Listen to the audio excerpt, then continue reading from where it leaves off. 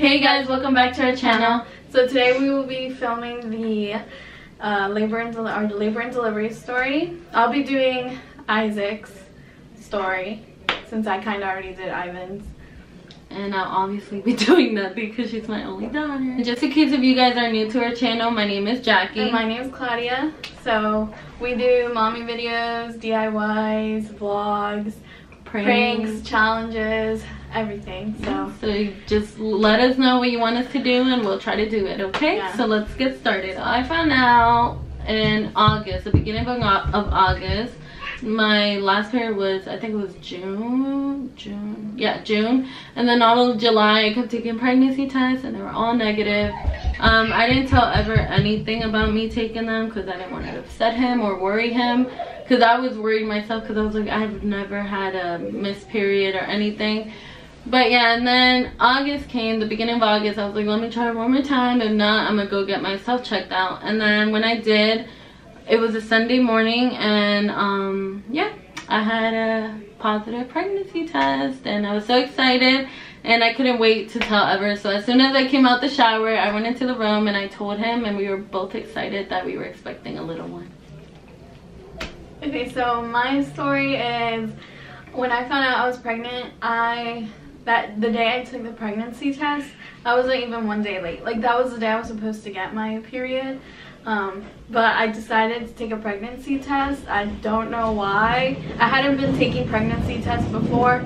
Well, I was, because I was like having 1 month of a period and then 1 month no period for 4 months. So I would take pregnancy tests when that would happen. But yeah, so then I found out I was pregnant, and I took another pregnancy test that same night, and I still couldn't believe it, so I took one the next morning. And then I didn't tell my husband about it until the next day because I wanted it to be a surprise. So yeah, I took like 3 pregnancy tests, and then I decided to tell my husband by going to Walmart and buying him this little box that had the pregnancy test and the little bib. It was really cute, that said I love my daddy. And yeah, so that's how I found out I was pregnant. Yeah, and I have remember that she posted on Snapchat. She was like, I can't stare at Jimmy without smiling. And then I had guessed already that she was pregnant, and then she was like, no, it's not that. And she ended up telling me the next day. Yeah, because I wanted it, at first what I was thinking was that I wanted it to be a surprise for everybody, and I was gonna do it like a big announcement like on New Year's. I don't even know what I was thinking, but yeah, but then I was like, no, just do it, because I couldn't like keep that secret in for so long. And so then 2 or 3 weeks that I found out that I was pregnant already, I started having symptoms, vomiting, morning sickness. It was throughout the whole day I would vomit. I was nauseous a lot of smells bugged me, and that was for about, I would say, 4 to 5 months. And then when I would always push like the day for my appointment to check like that everything was fine with the baby. And that was just because I was scared that something might be wrong. They might have not found the heartbeat. But we went in, and when I went in, I was almost 2 months, I believe. And it was the best feeling, like hearing the baby's heartbeat for the first time. So for my symptoms, I didn't really have symptoms. I kind of had nausea at the beginning, but other than that, I don't think I had anything. I was just very extra emotional, which is not like me, so that really bothered me because it changed my personality completely. But yeah, other than that, nothing else. And then same thing for the first appointment. I was scared, but I was also anxious, so I really wanted to go to the appointment. When I went, you know, I think that, like Jackie said, I was very scared to not hear a heartbeat or that something was wrong, or everything went through my mind at that moment. But then again, it was like the best moment, you know. So yeah. Okay, and then during my pregnancy, I feel like Ever got really chubby because he had a lot of cravings. I didn't crave anything. and we would always go to her mom's house like every other day, and she would cook everything he wanted, everything he craved. She would go out and get to cook for him. And then after all that, around 3 months I think, I started having the worst tooth pain, and that before I found out I was pregnant, I was supposed to get a root canal done, and the day that they had scheduled the appointment for me to go in to get it done, I found out I was pregnant. So I didn't want to go in because I was scared, because they do like x-rays, and they have to certain things, and it says on it like if you're pregnant you have to let us know. So then I waited, and I thought it was gonna go away. I was like, it's fine, I'll just get it removed after the baby's born. And no, it got worse. The pain got really bad, and I could barely take any medications for it. So yeah, so then when I did go back in to try to get it removed, they told me that it was too late and I would have to wait for the baby to be born. So that I was with that pain throughout the whole pregnancy. So my cravings, I craved a lot of spicy food, and I ate a lot of spicy food. I know a lot of people say you shouldn't do that when you're pregnant, but I did, and yeah, I mean, Isaac's fine. But yeah, I craved spicy food, and then Jimmy also had some cravings, but not like Jackie's husband. But he did have like where his teeth, like his molars would hurt, his wisdom teeth, they would hurt a lot, and everybody kept saying that that was a symptom of pregnancy, which after having my second baby, I think it is, because when I was pregnant with my second baby, he also had that same problem, and it was only during my pregnancy, so I think it is. So with Isaac, he actually ended up getting it removed because of how bad the pain was.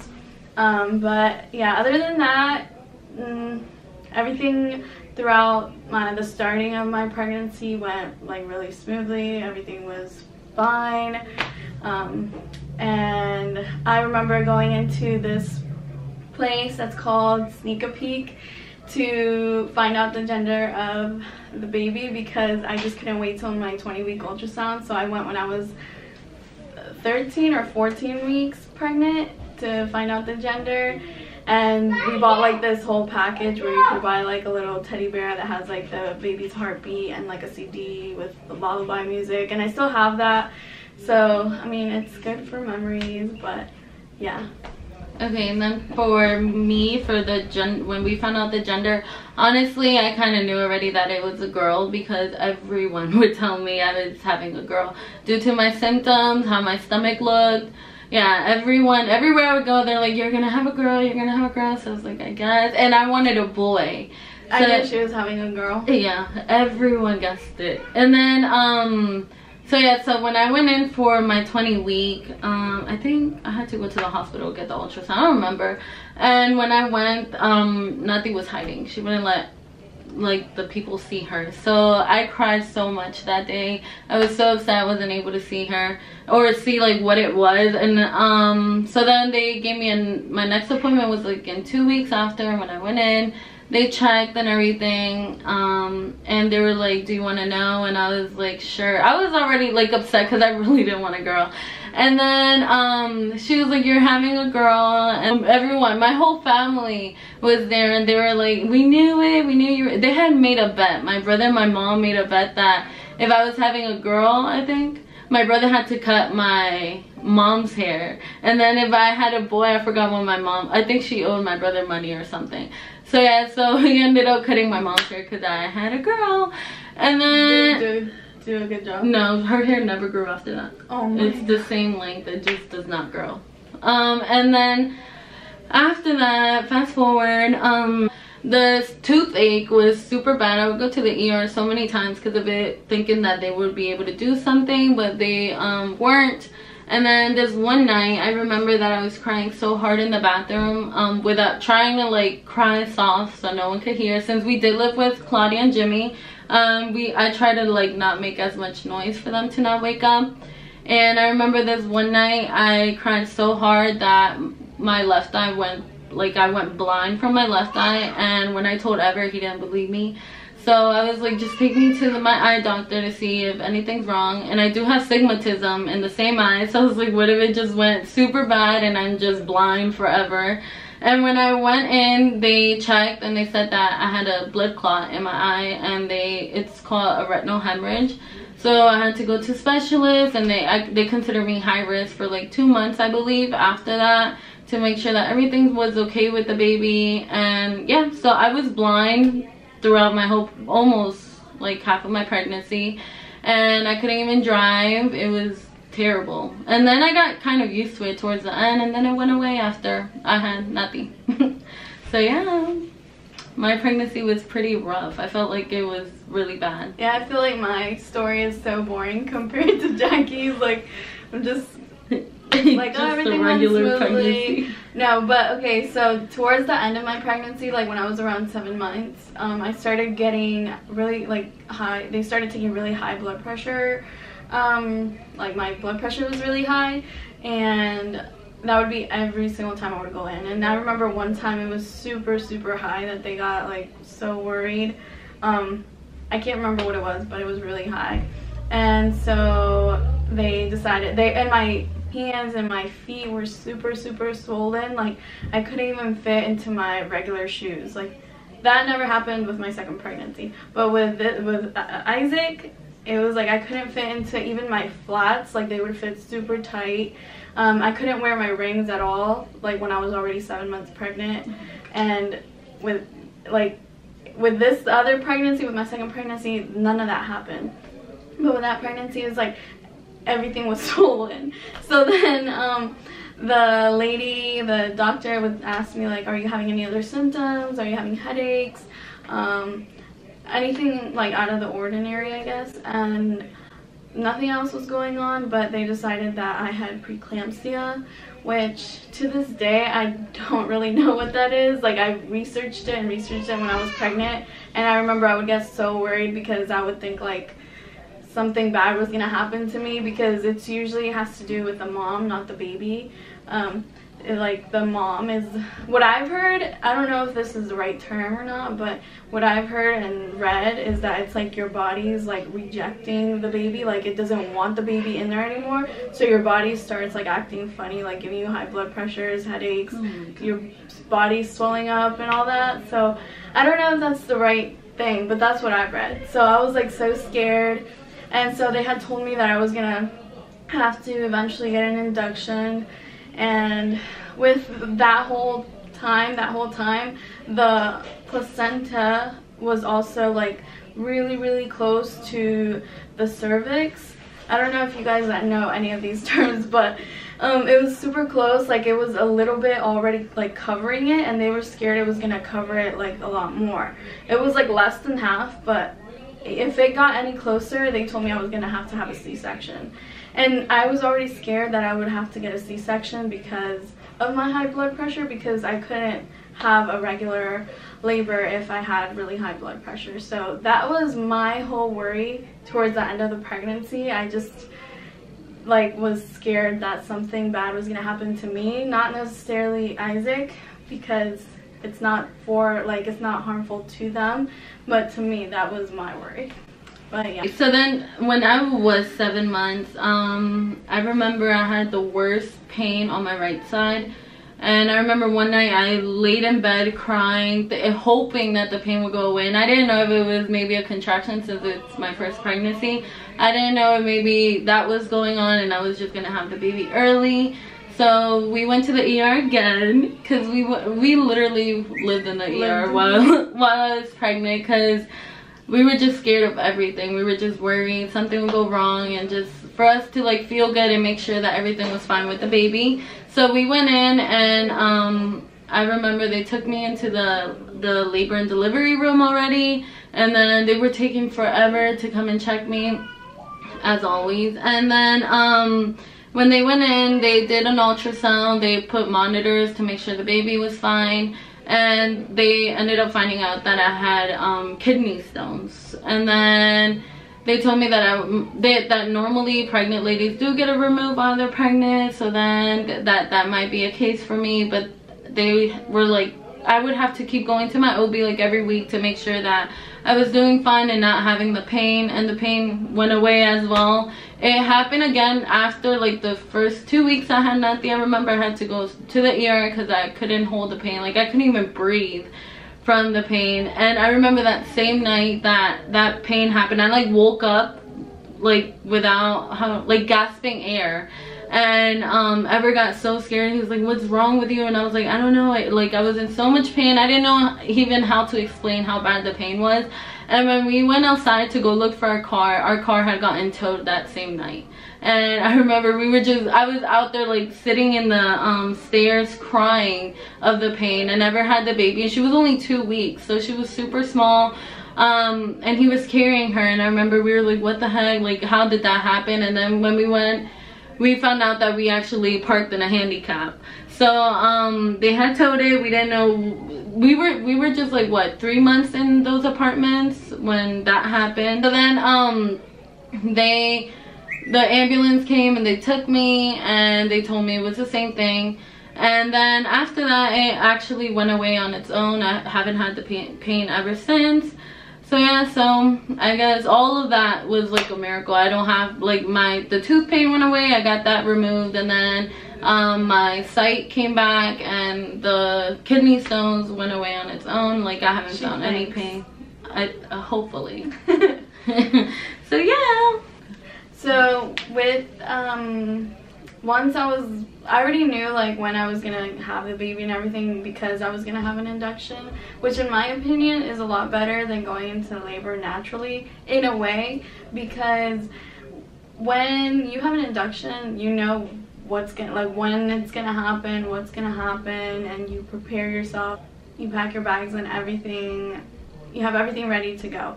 But it's also, if you're gonna go the natural way and not take any pain medication or any epidural, then to me it's a lot worse, because I've heard that getting an induction, you basically are getting like the worst pain. Like once they put that Pitocin in, it's like the contractions are like super bad. And like with natural labor, it starts out small, like little by little, and then the pain grows and grows. But yeah, so I wouldn't recommend it if you're going to do it the natural way. But that was something that I debated a lot with my husband, because a lot of women, especially in our culture, see taking epidural as not being able to support the pain for your baby. I don't even know how to put it into words, but they basically see it as a bad thing to get epidural. And I mean, I guess they have their opinions and I have mine. So I decided that I wanted to get epidural because I just didn't want to go through the pain of having this medication, Pitocin, whatever, give me so many contractions and so much pain without me taking anything. So yeah, so basically I already had in my mind, like when I went in there, that I was most likely gonna get epidural. So I went in on a Monday afternoon or morning, I can't remember, but I went in and they told me that they were gonna put in Cervidil, because during that time I think I wasn't even 1 centimeter dilated yet. Like it was closed up. So they put in Cervidil, which is this thing that's supposed to soften your cervix so that it could be easier for you to dilate. It can make the process faster. So they put that in, but I still wasn't dilating at all. Then they put the Pitocin, but without me even getting the epidural, I hadn't gotten the epidural yet. That was Tuesday that they put in the Pitocin. Without them even putting epidural, giving me epidural, I was asking for more and more and more, like, because for Pitocin there are levels, or I don't know, it goes up to 20, I believe. I'm pretty sure it's up to 20. And I kept telling the nurse to come back in to make it higher and higher and higher. So the higher you make it, the bigger your contraction is supposed to be. But I honestly wasn't feeling any contractions. So I don't know. I don't know what happened there, but I think later on that day I started feeling some contractions, but they were very light. But then I told the nurse that I wanted to get the epidural anyways, because I was just so scared of thinking like, okay, this is taking so long, so what if all of a sudden I start dilating super fast, I start getting these contractions super hard, and like my body can't take it. So I decided to just tell her that I wanted to get epidural, so that's what I did. And that whole time, like, my husband was the only one there with me. I didn't have anybody else. That's just how I am. That's my preference. I don't like anybody else being there. I just want it to be me and my husband and the nurses or doctors or whatever. But yeah, so that night, Isaac still wasn't born. He didn't want to come out, and I was only dilated up to 4 centimeters, I believe, that night. And so the doctor that was there, I still remember her. I didn't like her at all throughout my pregnancy or throughout, well, I barely saw her throughout my pregnancy, but when I did, which was like once or twice, she was such a rough doctor. So then I was so scared that she was going to be the one to deliver my baby, because I just didn't want somebody, like, I don't know. I didn't know what she was going to do. So yeah, she was really mean. She was like, okay, this is taking too long. If you don't dilate more, we're probably just going to have to send you home, or you're going to have to get a C-section. And I was like, why am I going to have to get a C-section? Like, that's not fair. Like, there's no reason for me to get a C-section. And she was like, you just can't be on Pitocin for too long. And I was like, okay, can you break my water? Because I've heard that that helps. She was like, no, we can't. So she didn't want to break my water, so I was just like, I cannot wait till the next doctor comes in. Like, I'm so done with this doctor. And so yeah, the next day, my favorite, she was a midwife. She came in, her name was Leanne. And she came in and she's like, okay, today we're gonna break your water to get this baby out. This baby needs to come out. And I was like, yes, thank God. Like, this is what I had told the other doctor, and she didn't want to do it.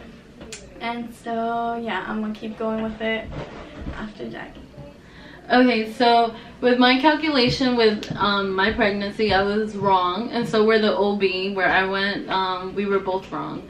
And so I was less time than what we thought I was. And when I remember the day that, it was a Wednesday, when me and Ever would always go walking on the river trail. I remember that day we went walking, and I felt so tired. And then when I got home, my hands were so swollen and my feet were too. And I felt as if I had like period cramps, like on my lower abdominal and my lower back. And my mom and my siblings were at my house.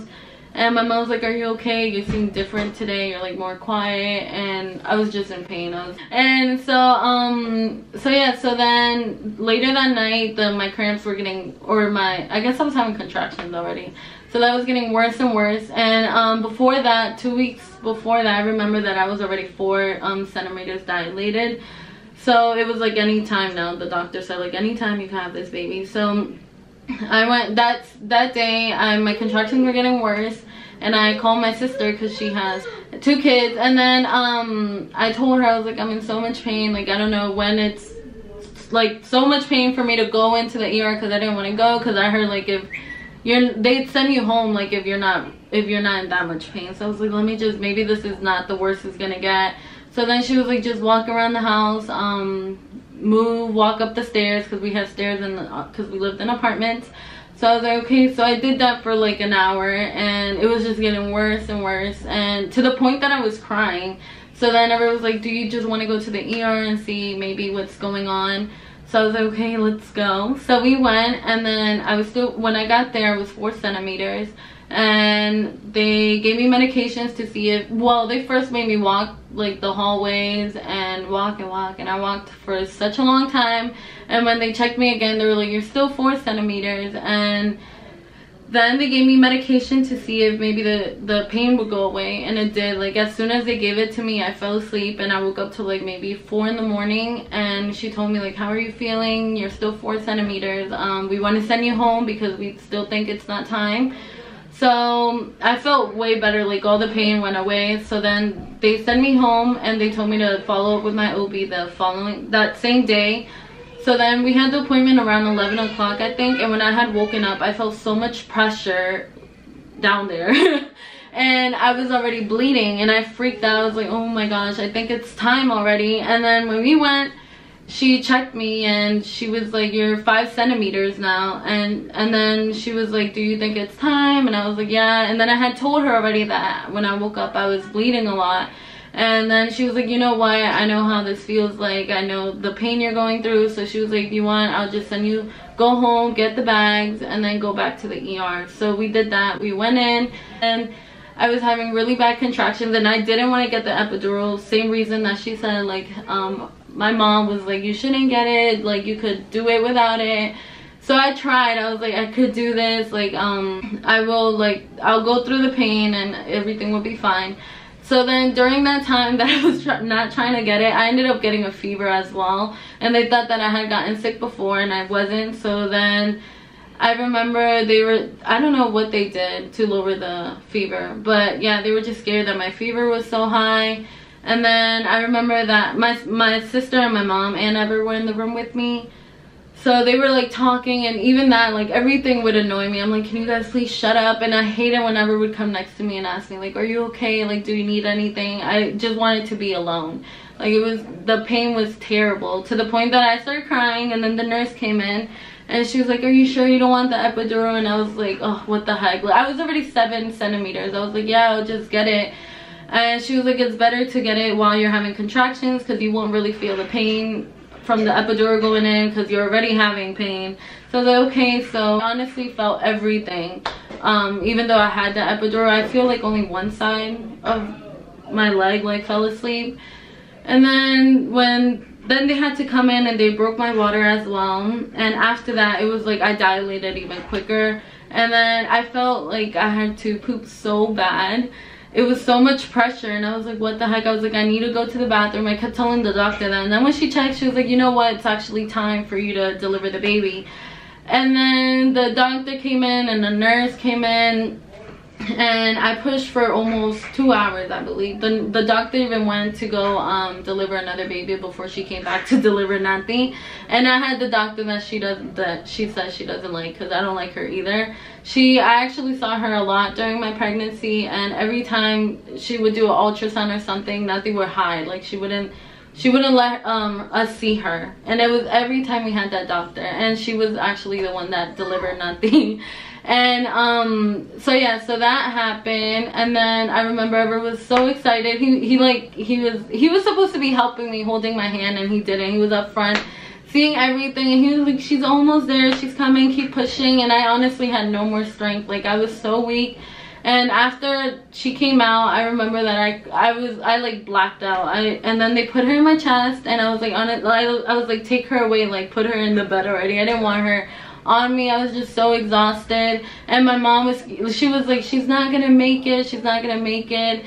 And then so yeah, Nanti was born Thursday, March 17th at around 11:55, I believe. And yeah, she's a golden baby because she was born on St. Patrick's Day. So yeah, so that happened and everything was fine. I did lose a lot of blood, and they were scared that I was gonna have to get some blood transfusion, but thank God everything was fine. The baby was born healthy. We were able to go home after, I think, a day and a half. Yeah, and everything was good, and now she's almost 2 years old and almost 2 weeks. So yeah, that's my story. So after the nurse came, or the midwife came in and said, okay, we're gonna break your water, she did, and that was in the morning of Wednesday. So I went on Monday and it was Wednesday, and that's when I dilated like super quick. And I remember my cousin came in to visit, and I was just talking to her like normal, and my like legs were like all spread because they wanted me in a position where like it could help me dilate quicker. And so I remember I was just talking to her, but I was like shivering so much, like I was freezing cold, and I didn't know why. Like, she was like, why are you shivering so much? I was like, I have no idea. And so then after she left, I called the nurse to come in to check to make sure everything was okay, because I just thought it was so weird that I was shaking. Like, I didn't know what was going on. And then she told me that it was like a normal symptom for some women to do that.